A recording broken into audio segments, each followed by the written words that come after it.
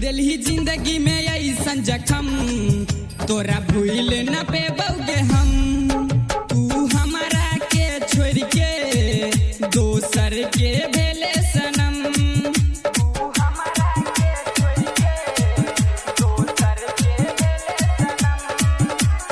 Mixed by Kanchan Raj Muzaffarpur। केले जिंदगी के नास हम भगलिए खलास लगे नहीं छै हमरो मन गे। कोई रहे नहीं छे पास हम रहे छी उदास भगेल दोसर के धन गे।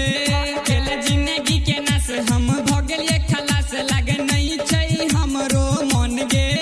कोई रहे नहीं छे पास हम रहे छी उदास भगेल दोसर के धन गे। तू हमरा रुले लगे बेवफा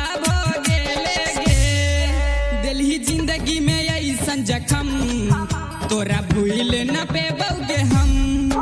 तू हमारा के छोड़ के दोसर के भेले सनम।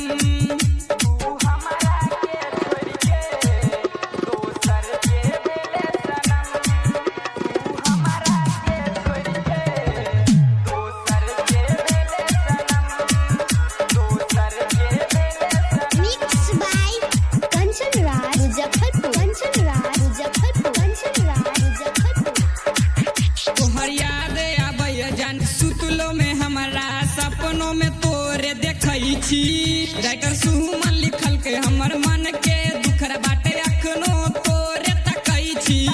तोहर याद आबै जान सुतलो में हमारा सपनों में तोरे देखै छी।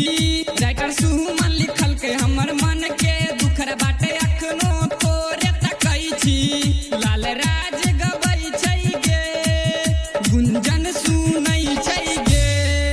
दिल्ही जिंदगी में ऐसन जखम तोरा भूल न पेबोगे हम। तू हमारा के छोड़ के दोसर के भेले सनम।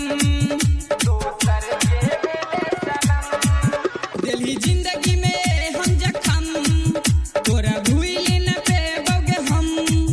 तू हमारा के छोड़ के दोसर के भेले सनम। दिल्ही जिंदगी में ऐसन जखम तोरा भूल न पेबो